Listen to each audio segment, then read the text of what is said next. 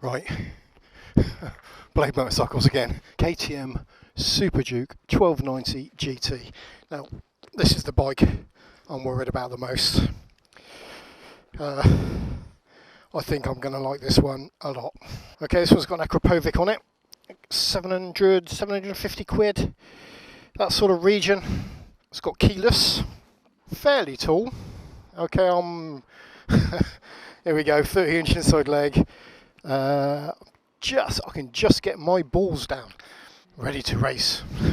Excuse my bit of tape there. That will become evident, I'm sure, very soon while I put that bit of tape there.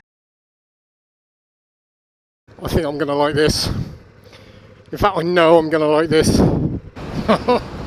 like it already. I like it already. Okay, so the screen's in its highest position. We'll go through all this. We'll go through all this in a bit. How to adjust the screen. I'm not going to go massively into the TFT because that's a whole video in itself. It's effortless. It's just completely effortless. So much torque on these things. Okay, let's start talking about this bike then. While we're just ambling around town. Mirrors are good. Mirrors are pretty perfect for me. It feels tiny. The bike for a 1290cc. Obviously, I've just got off my big old bus, but this thing feels tiny. Motor's got power everywhere, absolutely everywhere. You just short shift it through the box. Screen's quite low. Obviously, I've got a barn door in front of me most of the time, so obviously I'm going to feel the difference with the low screen. But if you're stepping off your average sports bike, it probably feels about the same for you. Oh, I'm gonna love this. I know I'm gonna love this. So I'm a massive fan of KTM. Yeah, I am a massive fan of the Super Adventure S. It's got this motor in.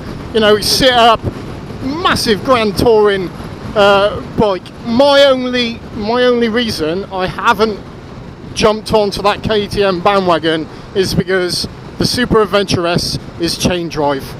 This, I understand, chain drive, it's a sports tourer, whereas the Super Adventure S is an adventure bike, and I think shafts are quite critical on adventure bikes, personally.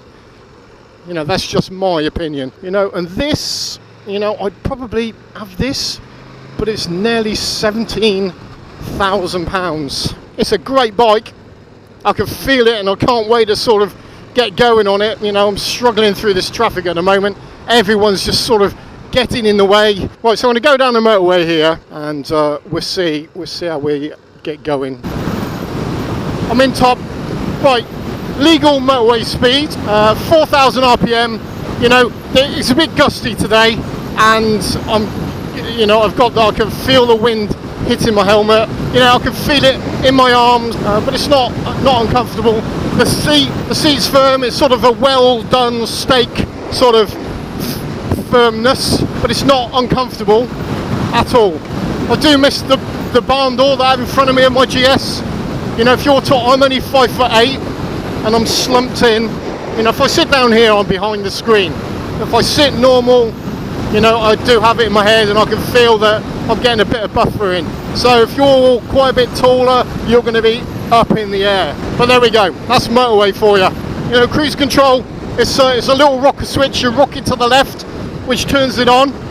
Okay, pull it back towards you. That's now cruise control on. And you can sit like that on this bike.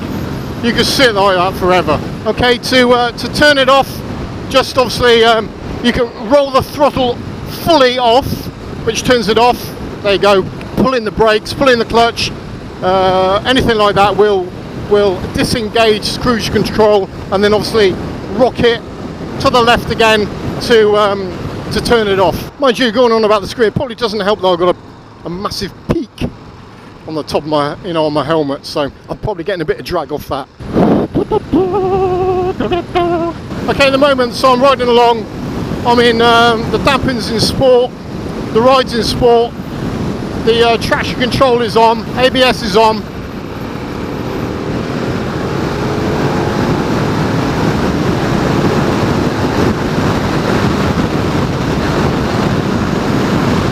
And it's fast, and it's proper fast.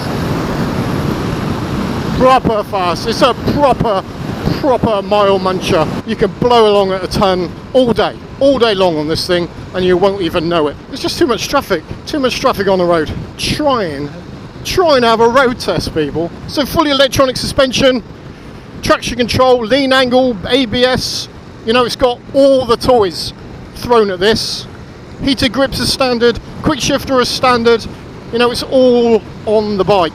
Mind you, to be honest, it needed it. You know, I don't know how well they sold the last GT, but all of that was a bolt on.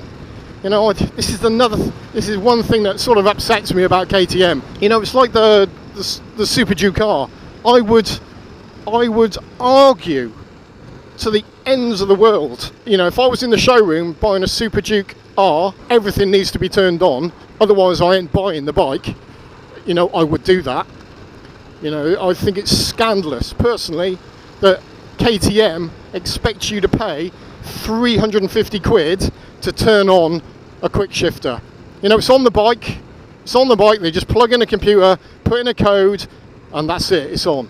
I think that's scandalous, personally. So even in traffic, you know this thing's got so much power, but it's a pussycat. It's a pussycat. Sick top gear, what am I doing? Just over 2,000 and a bit RPM. You know, I'm riding along with, you know, with all the cars in my way, and, you know, I'm just ticking along, and it's effortless. You know, I can just open the throttle. There we go, just open the throttle. Let's blow by a few. Brakes are stonking. Couple of gears down to third. Hit the power. That's another 2 gone. You know, it's what can I say? Just power. Brembo brakes on the front. Plenty of power. I'm just using one finger. Just caught a reflection in the window then. Some people don't like the styling. Personally, I do. I definitely prefer it over the old model. Over the 2018 bike. This new 2019 bike, I think, is better looking. At slow speeds, it's a little bit, you know, but how long are you going to be doing that for?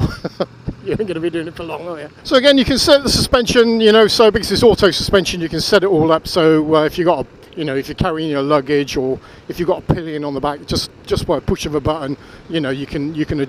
Everybody knows that these days. Well, most manufacturers with auto suspension has that feature. I do like the screen. It's nice and easy to read. Other buttons you've got on the clusters.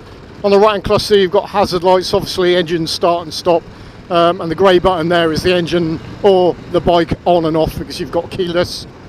Cruise control, obviously the buttons, the cluster there is to go through the menus on the screen, indicators, and obviously the horn down below, which I've had to use twice already today. I can feel, you know, I'm only wearing a pair of jeans, and I can feel the heat of the engine, but it's not red hot. You know, I know it's there, but it's not red hot, okay? Now it's 16 degrees C, so I was a bit worried that I wasn't going to be able to curb my enthusiasm on this bike, but I think that's just what this engine lets you do. It lets you, you know, it's not like an inline 4. An inline 4, you've got to be buzzing all the time, haven't you? You know, okay, 1000cc inline 4, maybe not so much, you know, there's power just about everywhere, but most of it's all at the top end. With this bike, you know, I can be in traffic like this, I could be at the bottom end of the rev range in top gear, and suddenly I might see a gap and I can just nail it, and it goes by the traffic. I like that about V-twins. I like that a lot. You know, there's none of this down a couple of gears to hit that peak RPM. You know, I can just nail it now, and it's instantly on the power.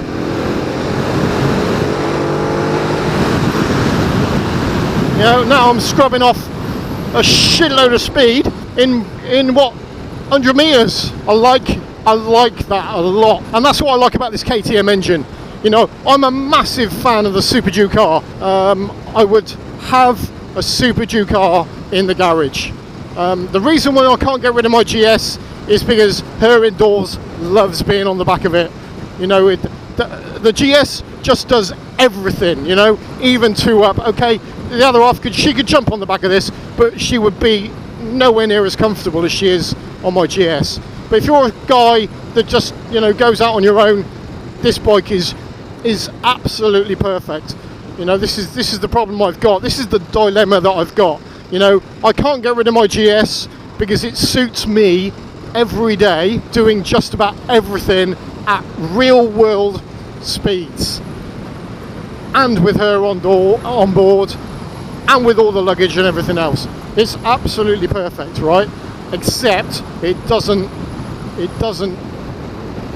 go like this does. But if you're a guy, you know, that only goes away with his mates, looking for a mile muncher, I don't think there's a bike as good as this. I think this, out of the sports tourers, I think this is up there. It's a track day bike, it's a touring bike, it's a fun bike, it's a relaxed bike. It's got it all ticked, every single bit of it. Right, what I'll do, I'll pull in here and we'll walk around the bike quick. Okay. Yeah, I like the styling. Yeah, I think it's a good looking bike. Let's say Akrapovic. There is a black titanium one as well, which I'm sure would look fantastic on that. Okay, the screen adjusts. Okay, by pulling it, you pull it towards you, and then you can slide it. It's like on a ratchet system. Okay, so pull it towards you, slide it down, push it back. It is on a spring, mind. It will go back itself. I don't think the old one did that. Okay, and then you find your position. Can do it while you're riding the bike. Push it forward, lift it up. Easy peasy. Okay, so that's its highest position. As I said, the mirrors are good. I suppose another nice thing is with the bars, you can move them forward and backwards. You can rotate them, undo those 4 bolts there, and you can roll the bars forward, or you can roll them back. I suppose that's a nice little feature. I suppose you've got to be careful where the steering lock comes to. But at least it gives you that chance, doesn't it? This is adjustable, tilt adjustment. You know, so if you're a bit taller and it's not sitting at the right angle for you, you can move that. There's a release. You're going to see my clumsy hands under there. See that clip there? Okay. Another nice feature is there's side pockets. Pull them out.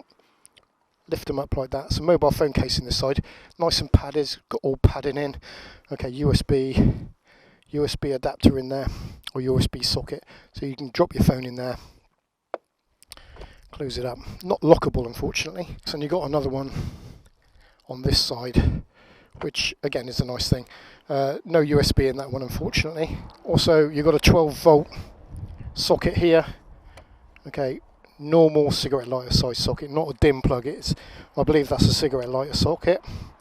You know, so it's got some nice features on there. Luggage is 750 quid, is it, for the luggage? Now the luggage, obviously I haven't got a box here to show you, but you know, but they fit well. They clip into these, slide onto that. Okay, so I don't know whether that will rub off. You know, if you have your boxes on there, I don't know if that, you know, as they move, I don't know if they'll take the colour off that. Maybe if you've got a GT, you can comment down below and let me know if it does it. Yeah, then they sit on there and they lock underneath in there. Okay, and obviously you've got the release on the pannier to let you do that. Single-sided swinging arm. You know, I love single-sided swinging arms. But then they go and put a bloody great exhaust in front of it. Never understand that. Never understand it. And I understand they've got to put it somewhere, but I just wish they'd let the single-sider or the wheel show. But there we go. Again, I suppose you can't have everything. Get a nice warning there that the side stands down. Right. Let's try and have a bit of fun.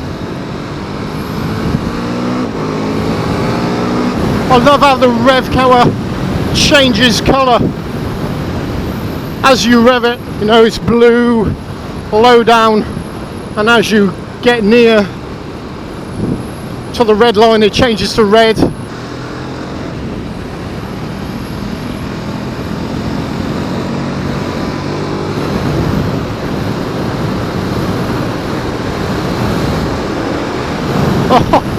Honestly, it's so well behaved. The blipper up and down, or the blipper down, silky smooth. Here's the Red Lion, it's worth a visit.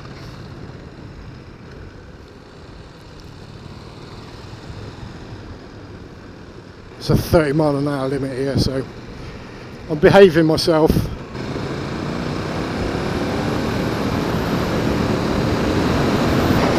It's a proper mile muncher. It's a proper sports bike. It's a proper touring bike. Going wide. See, that's why you got to go in wide. That's why you got to go in wide, guys, on corners. Cyclists there, mid-corner, you see. If I was on the racing line, I would have hit him up the arse. I'm gonna love this. Down the box. Let's get the bike settled on the gas.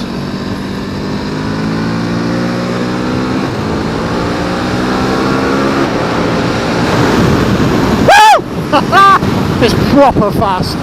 Proper fast. Proper fast. The only problem with this bike is what I've got in front of me, cars. They're just in your way, always in your way, until you do this. And this. Oh, I'm in love with the SuperDuke GT. I'm in love with the SuperDuke GT. Yes, you can ride it like a lunatic, but it's also a bike that will let you just use the power to make progress. Okay, right, heading back to Blade. Let me know what you think in the comments down below. You know, I love it. You know, it's a do everything bike, isn't it? Do I like it enough to buy one? Bloody hell, probably. I'll take me a bit of tape off. Oh yeah, to put the steering lock on. Put the bars all the way to the left, push and hold. Okay, steering lock comes on. Okay, to release, tap it again, steering lock comes off. Obviously you need the key in your pocket. Yeah, I like it. I like it a lot. Okay, comments down below. Thanks for watching as always, and I'll catch you guys next time.